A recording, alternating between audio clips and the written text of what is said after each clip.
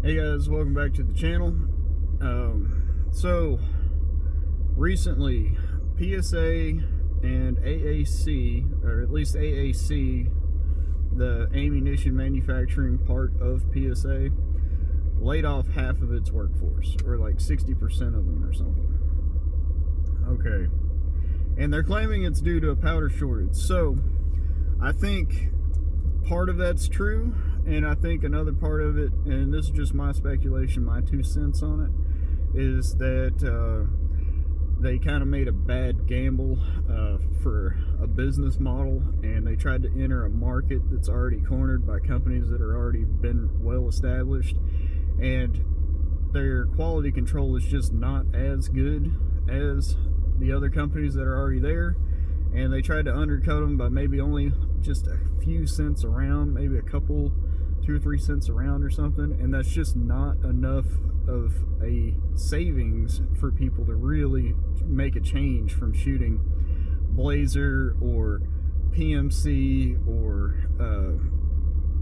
something like Cellular and Bellet, which I shoot a lot of. They're not they're not saving you enough money to really warrant changing from what you already know is good ammunition. Now, as far as the powder shortage goes, I think, yes, that's partly true. What they've, as far as what their statement is, as far as the reason why they laid everybody off. Now, I do know a couple things, because I've been hunting down some powder for a specific rifle that I'm building, and I would like to get a hold of some Alliant powder, but everywhere you look, it's out of stock. And I actually seen a couple places, like I think on Brownells, and I don't think Midway has it on there, but at least I'm pretty sure on Brownells, when you look at the Alliant powder line that they carry, but it's not available, there's a disclaimer there in fine print that says unavailable due to current government contracts, or something to that effect. And so basically all of Alliant's powder currently is allocated to our government, and probably for building our munitions back up. And so even though, yeah, Trump's in office and people are like not as crazy right now, they're not panic buying because they're worried about having a Democrat in office and stuff, so you're not panic buying ammunition, gunpowder, and primers right now. At least most people aren't. They've kind of calmed down a little bit from that, so we're starting to see more gunpowder and primers, and prices of ammunition aren't still climbing. It's kind of plateaued for now. On the commercial market, that's true, but what's happening behind the scenes is that now that Trump is in office, I believe, since we've depleted our munition stockpile, our government's military's munition stockpile so much by sending so much crap over to Ukraine that was totally unnecessary, and and all that, and sending stuff to other countries that, I'm not going to get into because I don't know a whole lot about it, but I do know we've depleted our munitions by a lot. And so with Trump in office, he's a big pro-military guy, and he's going to want to put our munition stockpile back to where it was, at least, if not better, if not bigger. So I think you can, this is just my 2 cents, I think you can expect to see more and more powder and primer manufacturers allocating more of their production to government contracts. So you may or may not see powder and primers on the shelf that you need or want, in the next few years. And this is the reason why. Everybody's safe right now. Nobody's going to lose their guns. Nobody's going to lose their ammo right now. On the other hand, all of these powder manufacturers and all these primer manufacturers are going to be starting to shift portions of their production to the military, and so that's going to cut down on what's going to be commercially available over the next few years. So I'm not trying to freak you out. I'm not trying to make you freak out and go downtown and wipe a shelf of primers out at your local Sportsman's Warehouse or something.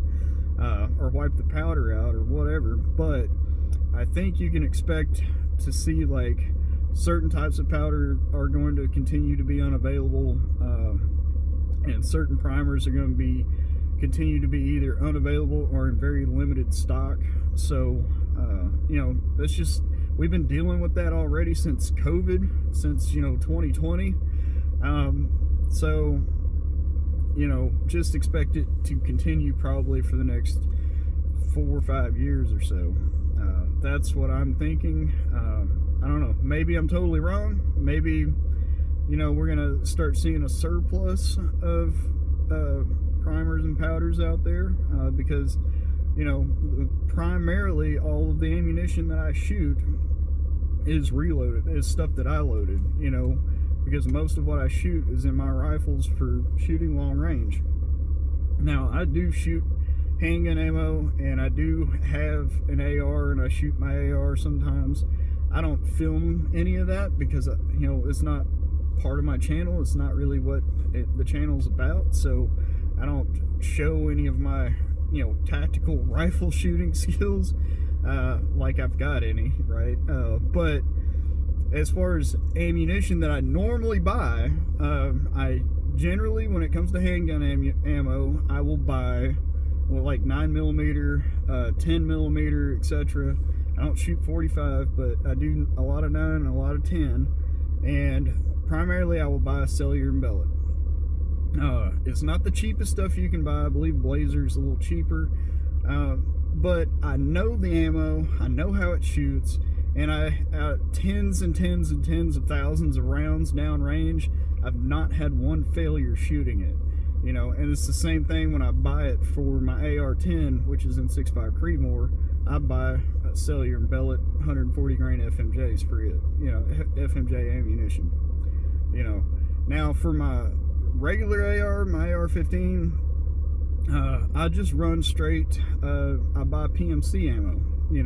Again, not the cheapest on the market. You could go like a Winchester white box or whatever, but I don't run the 55 grain. I run the 62 grain green tip. That's all I shoot out of it. So 62 grain PMC. That's it. I just keep it uniform. I don't have a dozen boxes of 55 grain and a dozen boxes of 77 grain and a dozen boxes of